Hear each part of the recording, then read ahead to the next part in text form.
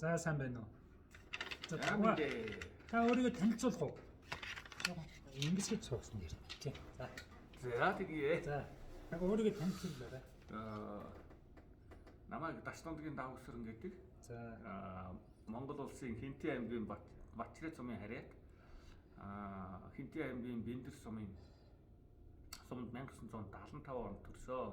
за Тэгээд би бол одоо 20 бурятын Гутаар халбаа өмгийн Тарвай, Нэмэндэн, Дишнэ, Өвхөөндийн Дашномдгийн Давгсран гэж бурят хүн байна. за би болохоор өнөөдөр асууя гэж бодож байгаа юм нь болохоор дагав би хэлсэн энэ гараа хат өрөш нэггүй нэг орт яваад байдаг ч бас тий асууя гэж бодож байгаа юм болохоор миний таньдаг манай найз нараас ч гэх юм уу хятад бол их маш чухал орн гэж бид нар яриад байгаа. Тэгээд хамгийн хоёр хуршиг тий хитэн талаар биднэрт бас зэгстэй мэдээлэл байхгүй. Тэгээд залуучууд ч мэдээж орч үед их явж байгаа. Тэгээд тэднэртэй ч уулзч бас нэг юм асуух боломж гарахгүй учраас ер нь хятад маань юу болж байна? Хятадтай холбоотой түүхээс чинь сонсох гээд чамчун явдаг чи хэд он бэ? За ерөнхийдөө нэг товчхон тайлбарлаад яагаад хятадын тухай ярих гэж байгаа тухайгаа бас нэг богинохон тайлбарлах хэрэгтэй байх. Би 1983 онд Багнуур дүүргийн 64 дугаар дунд сургуульд 1-р ангид ороод 1993 онд 10 дугаар анги Багнуурт төгссөн.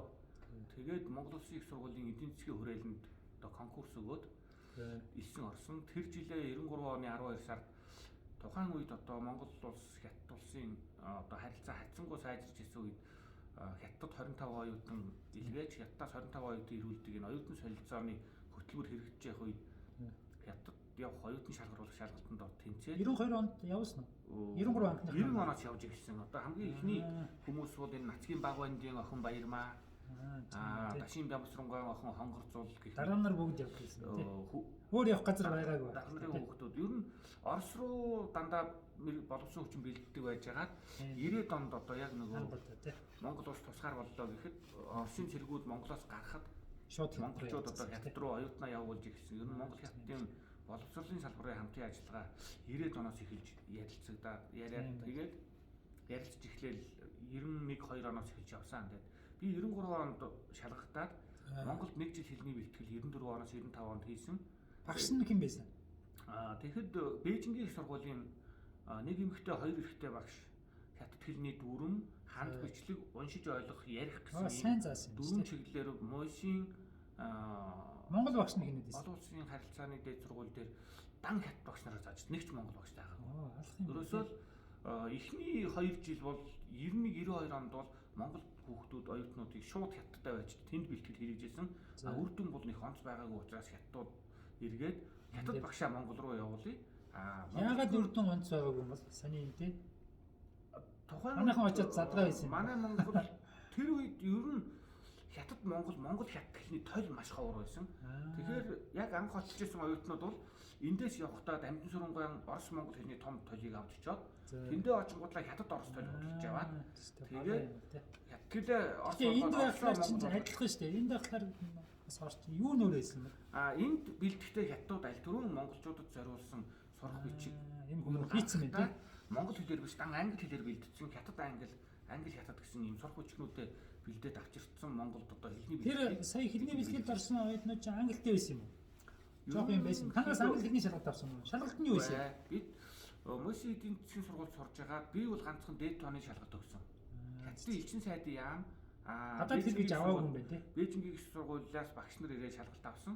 Тэнд монголоор ярьдаг багш нар байсан. Тэгээд инженерүүд болох одоо учраас тий ТИС Мөсийн мат физикийн хүүхдүүд бол 3 шалгалт өгсөн. Дээд тоо хим физик гэсэн юм 3 хичээлээр шалгалт өгөөд Хятад одоо Монгол бэлддэггүй инженерийн боловсон хүчин бэлдэн манай эдийн засгийн хүүхдүүдийг бол Монголд бэлддэггүй олон улсын худалдаа гэх мэт одоо ийм чиглэлээр сургана гэж тухайн 93 онд бол шийдвэр гаргаад бид 94 онд хэлний бэлтгэл суугаад 95 онд Хятад руу яваад очсон чинь биднийг дахиад хэлний шалгалтанд оруулаад тэгээд зарим сургууль бол хамаагүй нийгмийн ухааны хүүхдүүдийг бол шууд 1-р курст нь оруулсан. Манайх эдийн засгийн сургууль байсан учраас ийм хэлний төвшөнтэй бол тэнцэхгүй гээд дахин 1 жил хэлний бэлтгэл хийлгээд. Тэгээ 96 оноос 2000 он болтол 4 жилийн хугацаанд хятад сурсан. Чанчун чи хаах нь гэдэг харагдсан. Миний сурсан хятадын Жилэн мужийн Чанчун хот. Би Жилэнийг сургууль сурсан. Энэ Жилэн гэдэг байгаа муж бол хятадын зүүн хойд 3 муж гэж байдаг. Хар мөрөн муж, Жилэн муж, Явнын муж буюу одоо Явнын чинь цааталтаа тий. Явнын гэдэг нь урт талдаа. Хуучнаар бол Манжийн Нурхаач хааны мөгдөн хот чинь одоо л Явнын мужийн Шиньян гэж хот болцсон байгаамаа. Мөгдөн чинь Шиньян юм уу? Тийм, мөгдөн гэдэг маань Шиньян. Чанчун чинь юу нэ? Чанчун гэдэг нь урт хавар буюу одоо хуучнаар Пүүийг Япончууд тэмцэнгээс худалдаж аваад Манжгогийн бүгд найрамд тулс гэж байгуулахдаа Чанчун хотод одоо Манжгогийн нийслэл болгоод тэгээ Пүүийг тэнд байлгаад тухайн үед Манжгогийн засгийн газар Монгол бүгд найрамд Монгол ард улсын засгийн газар хоорондын уулзалт хэлэлцээрүүд явагддаг. Тэгээ Хэлийн маргаантай газар гэдэг нь одоогийн Доронтой аймгийн тэр халахгүй хэдэн оныг яриад нөмрөх голын орчимд одоо 1921-ээс хойш 21-ээс хойш 20-р дан хүртэл 45 он болтол хугацаанд одоо Пүүи Оросын талд олзлогдох хүртэл тухайн үед Япончууд тоглоомын улс болох Манжгог байгуулад Монгол бол 3 хөрчтэй байсан гэсэн. Урт талдаа бүгд найрамд. Би жоохон орчин юм яриа гэсэн чинь түүх рүү харцаа явчлаа. Жоохон орчин юм рүү орё тий. Ерөнхийдөө эндээс ярихгүй бол шууд одоо ингээ ярина гэвэл энэ бас ойлголт гэсэн юм байна тий. Ер нь Чанчун фэрстэй бас тий. Йоо. Хэдэн километр вэ? Чавсангаас. Чанчун бол Доронтой аймаг талаасаа бол шууд зүүн тишээ яваад Жирмэн аймгийн Тунляв гэж хот байгаа. Жирмийн Тунляв хотоос цаашаага ердөө 200 хүрэхгүй км төмөр замаар яваад Сипин гэж хот орно. Сипингээс хойшоогоо ердөө 150 км явхад л төмөр замын шугамар. Тэгэхээр баг нэг 500-аас 600 км-ийн цааш Чанчун хот бол байна. Чанга зүүн тишээ. Доронтын төвөөс чанга зүүн тишээгээ байгаа.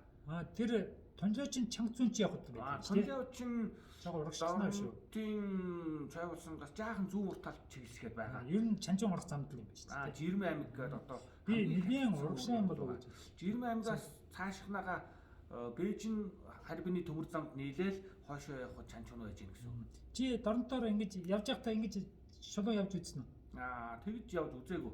Ер нь бол оюутан байхдаа би яаж явах вэ? Ирээн ороод Ирээнээс чи нааш яаж Бунхан ороод Бунханаас Өвөр Монгол дотор Бунхан өртөөнөөс Жирмээр дайраад Сипин ороод тэгээд Чанчун очижсэн. Тэгж хаагаараа явчих.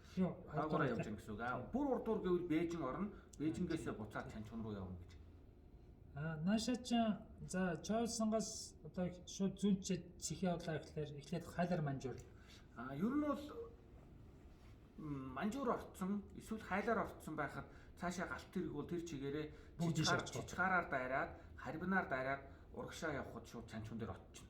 Чанчун хэдэн хүнтэй газар вэ? Тухайн үед чинь нэг яг хот дотроо 3.5 сая хүн амтай эргэн тойрныхоо налаах Баггангаа гэдэг шиг хүрээллийнхээ жижигүүдийг оруулах юм бол 6.5 сая хүн амтай.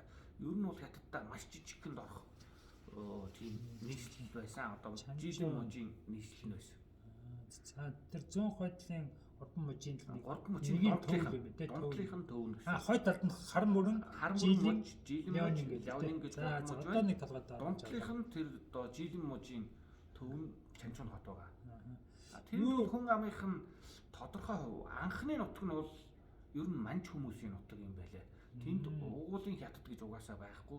Сүүлд хятадууд нүүж шилжиж орчихсон. Угаасаа л манж л байж таарна. Манж Жилэн муж нь бол зүүн талдаа хойд солонгостой хилдэг. За хойд үзүүр дээрээ Орос хойд солонгосын хилийн уулзуур Хончун гэж хоттой. Тэгээ урд талдаа Явнын мужтай, баруун талдаа Өвөр Монгол. Тэгээ хил нь хойд талдаа Хар мөрөн мужтай. Одоогийн байдлаар Жилэн мужийн Чанчун хотын хойгуур нэг 3-аас 5 тийм манж үндэстний тусгай дүүрэг гэсэн тиймэрхүү. Бас цаад талдаа энэ солонгосын дүүрэг бас байлаа шүү дээ. Орион юм. Яг хятадын нутаг дотроо хойд урд хоёрын солонгосын дайнд хятадууд цэргийн тусламж үзүүлснийхээ хариуд Ким Ир Сенээс Мао Цзэдуны одоо бараг шахаж шаардаж байж авсан Янбэний хойд солонгос үндэстний дүүрэг гэж байгаа. Энэ газрыгаа бол бараг 6 сая хятад цэрэг хойд солонгос руу ороод 3 сая тэнд амь өргөдөөд 1 сая нь үлдээд 2 сая нь буцаж ирсэн гэж одоо аман яриа байдаг. Энэ олон цэргийнхээ амь насны төлөөс нь Мао Цзэдун бол тэр Янбэн дүүргийг хойд солонгосоос авсан гэсэн яриатай байдаг. Тэр нөгөө 50-аад оны дайны үеийн. Яг. Хойд урд хоёр солонгосын дайн дээр хойд солонгос ялагдахтаа тулахтаа хятадаас цэргийн хүч авч буцааж яг одоогийн байгаа энэ байрал дээр очдог чинь Мао Цзэдуны цэрэг ороод энэ байрал дээр очиж хоёр тал найрамдлаа тогтоосон байна. Тэгвэл энэ яг би энийг ягаад сайн мэдэж юм гэхээр нөгөө Дорнод чинь нөгөө зүүн хойд Аз гэдэг нэг бас Дорнод аймаг зүүн хойд Азийн хотуудын холбоо энэ төр гэдэг Дорнод хинти Сүхбаатарыг бас дуудсан Монгол бас тэгээд Чанчун одоо л би яг нэрнүүдийн тогтоолоо. Эхлээд цааталтаа юу байгаа шүү дээ. Хар мөрөн тэгээд жилийн байгаа Леоны энэ гур байгаа шүү дээ. Жилийнх нь нийслэн Чанчун, Леоных нь нийслэн Шиньян буюу мөгдөн Шиньян гэдэг одоо тий. Шиньян ч бол том хот байсан. Шиньян бол Солонгосын элчин сайдтай Америкийн консулын газартай гэх мэт ер нь бол зүүн хойд элчин сайдчаараа байх байх л та консулын газруудтай ер нь зүүн хойд талдаа хамгийн одоо том хот нь бол мөгдөн хот. Тэнд хар мөрний тухай жоох яриач. Харвинд би өстө хятад 5 жил чанчууд сурахтаа нэг ч удаа харвинд очиж үзээгүй. Харвин ч хойшоогоо хар мөр юм уу? Тэгээ хар мөр мөч харвин чи урагшаа гэж бодоод байсан чинь. Тэр ерөөсөө хойшоо 350 км галт тэргээр яваад харвин орно. Харвинаас дахиад хойшоо Орос руу гарахад шууд Владивосток хот нь байж байгаа. Харвинаас Владивосток хэр хот ойрхон. Явж үзээгүй учраас яг тэд гэхгүй. Гэтэл хилийн яг хойд үзүүр дээр нь Владивосток байгаа. Хилийн урдхан талд нь харвин байдаг. Тэгээд энэ болохоор би саяны хэлээд байгаа нөгөө хятадын 3 муж манай 3 аймаг орчиж байгаа шүү дээ. Тэгээ өвөр Монголд бас ирсэн байхгүй. Тэд нар ч бас нэг юмнаас хоцрох гээд бас тэгээ манайх тагаас харилцаатай юм чинь. Тэгээд одоо энэ нөгөө Алс дорнодын тэр Оросод ирчин нөгөө чит мэдээ Оросод тэгээд тэр жоохон цааш нь Оросод ирчин. Өшөө хинэд ирчин гэж бодож байна. Уг нь бол хойд Солонгос ирэх хэвээр. Өмнө Солонгос нь яа тий Японд ирж байна. Хоккайдо Хоккайдо ирэхгүй байна. Японы тэр зүүн талын наадлын Нигата гэсэн өшөө юу гэлээ нэг 3-4 мөж ирээд байгаа. Тэгэхээр яг зүүн талдаа жишээлхэд чинь би бол ингэж бодоод байгаа байхгүй. Бид нар ч нөгөө Германаас нэг хэсэг машин зөөлдөг байсан шүү дээ. Тийм. Тэгчээ хаагаар ирдгээс нэмэдгүй. Өнийг анзааргүй. Би хоошоо хягт алтан булгаар л ороод ирдэг бол. Үгүй, юунес баруун ямгаар ирдэг гэсэн юм шүү. Магадгүй. Илүү хурдан Монгол. Биш ээ, хягт алтан булгаар орж ирнэ л дээ. Гэхдээ тэндээс Германаас шууд унаад нааша. Тийм. Хасакаар хөдөөр нь явуулаад. Тийм, баруун ямгаар зарим нь ирдгээс нь тэрний мэдгүй. Уг нь бол баруун талаас ярьж байгаа баруун талаас ирчүүд амар шүү дээ. Замаа бодоод ингэж ирж байгаа. Яг. Би бол ингэж бодоод тий. Би бол ингэж бодоод байгаа байхгүй. Баруун талаасаа тэгж машин авчирч байгаа юм чинь. Япон машиныг бол уг нь яг ингэж авчрах хэрэгтэй байхгүй. Тийм үстэй. Владивостокоос нааш нунаад ирэх юм уу? Эсвэл харбинаар нь дайруулад. Наад бол чинь зөвшөөрөхгүй. Оросууд бол их дургуцахгүй болов гэж бодож байна. Ягаад гэхээр Германаас худалдаж авсан машин Оросоор бүр хаавс бэрестээр орж ирээд Монголд иртэл Оросын нутгаар давхиж болох юм чинь. Яг Владивосток дээр буухтан тэндээс нь аваад наашаага улхнаар оруулаад ирэхэд болохгүй юм байхгүй. Одоо чи яа Дорнодын зам чи 2 жилийн дараа чи мэдж байгаа зү. Хинтгээс цаашаа бэрх хүрсэн байж та аюу гай зам. Тэгэхээр цаашаа улхны хүртэл 2 жилийн дараа очно гэж шүү дээ. Ер нь тэгэхээр би зүүн тал их чухал байгаа байхгүй. Зүүн талыг жишээлбэл хөгжилгээд чухал гэхээр саяны 3 орон маш чухал болчихж байна. Тэгээд цааталт нь тэр хятадууд биш ээ Япончууд байна, Солонгосууд бас Солонгосын Конван гэж лав хот байж байсан. Зөв. Конван ханаач гэдэг бас момтой. Нааш юм хийхийг сонирхож шин надад чи. Ер нь нэлээд дээр үед бол бас тэр түмэн голын төслөг яриа гарч исэн. Энд чинь их л дээр үед тэгээд ажил нь явахгүй. Баабар их ярьдаг байвуу. Зүүн хойд Аз гэдэг нэр. Зүүн хойд Аз. Гамболд бас тэрний нэр гэж байсан. Түмэн голын төслөг сэдвэсгүй тэр сангийн амнаас сангийн амч гэдэг юм уу юу гэдэг. Тавигдах таа ёо. Зөв. За өнөөдөр их сонирхолтой яриа гэж гисэн баярлалаа. Дараа үргэлжлүүлнэ. Зөндөө ярих сэдв байгаа. Энийг бас дарж чадахгүй.